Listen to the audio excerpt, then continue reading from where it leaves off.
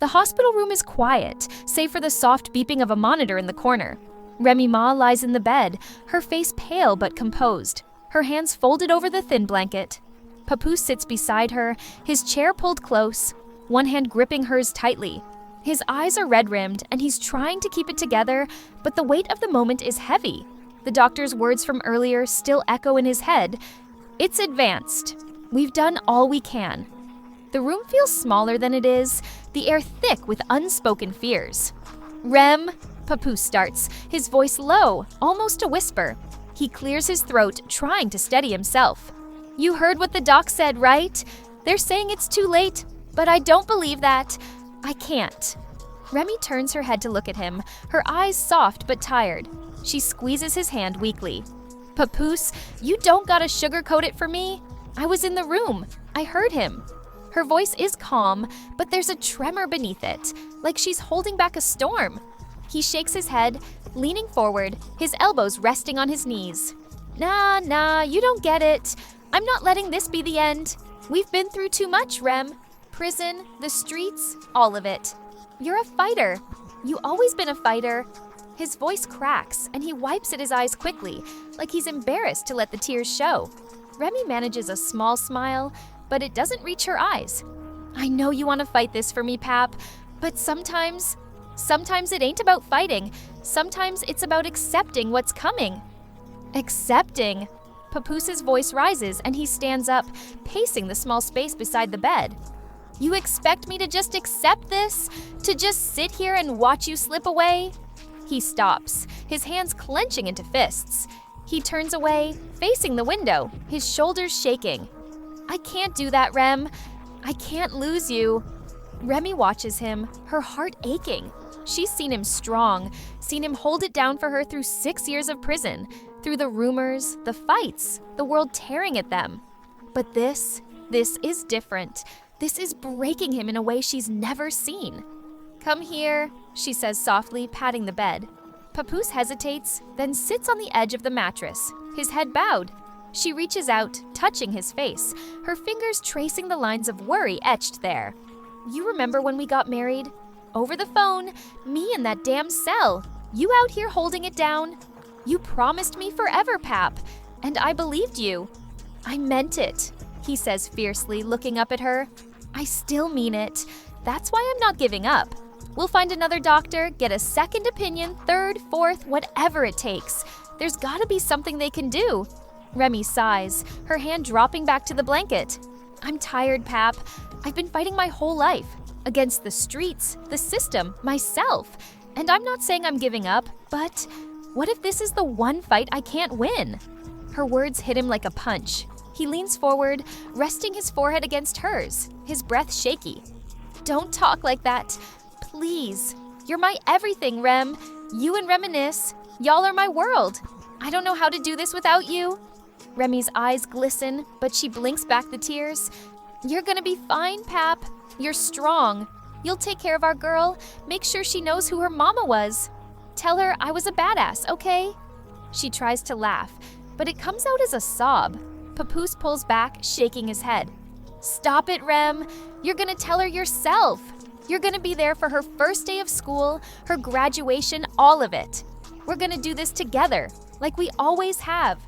She looks at him, seeing the desperation in his eyes, the love that's carried them through so much. Okay, she says finally, her voice barely above a whisper. We'll fight. For you, for Reminisce. But you gotta promise me something, Pap? Anything, he says without hesitation. If it gets to the point where I can't fight no more, you gotta let me go. You gotta be strong for our daughter. Don't let this break you. He shakes his head, tears streaming down his face now. I can't promise that, Rem. I can't imagine a world without you in it. You don't have to imagine it yet, she says, reaching for his hand again.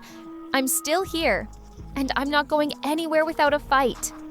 They sit in silence for a moment, the weight of her words settling between them. Outside, the city hums, oblivious to the battle they're facing.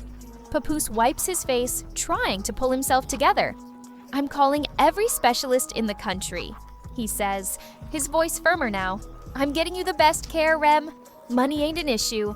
I'll sell everything if I have to. Remy chuckles softly, a spark of her old fire coming through. You better not sell my jewelry, Pap. I'll haunt you. He laughs despite himself, the sound raw and broken. Never. That's yours forever, just like me. The door opens and a nurse steps in, checking the chart at the foot of the bed. Mrs. Mackey, we're gonna need to run a few more tests today. You feeling up to it? Remy nods, her grip on Papoose's hand tightening. Yeah, I'm good. Let's do it. The nurse smiles, sensing the tension in the room. You've got a strong one here, she says, nodding at Papoose. He hasn't left your side since you got here. I know, Remy says, looking at him with a mix of love and pride. He's my rock. The nurse leaves and Papoose leans in, kissing Remy's forehead. We're gonna beat this, Rem. I don't care what the doctors say. We've been through worse. She nods, but there's a flicker of doubt in her eyes. She doesn't voice it, though. Instead, she says, Tell me about Reminisce. What's she doing today? Papoose latches onto the change of subject, grateful for the distraction. She's with your mom. You know how she is, spoiling her with all that candy. I told her not to, but Reminisce got that smile, gets whatever she wants. Remy laughs, a real laugh this time. She's gonna be trouble, just like her mama. Yeah, Papoose says, his voice softening. Just like her mama. They talk for a while longer, about their daughter, their life, the dreams they still hold on to. Remy recalls their early days, sneaking into clubs, freestyling in ciphers, building their empire from nothing. We were wild, Pap, young and fearless.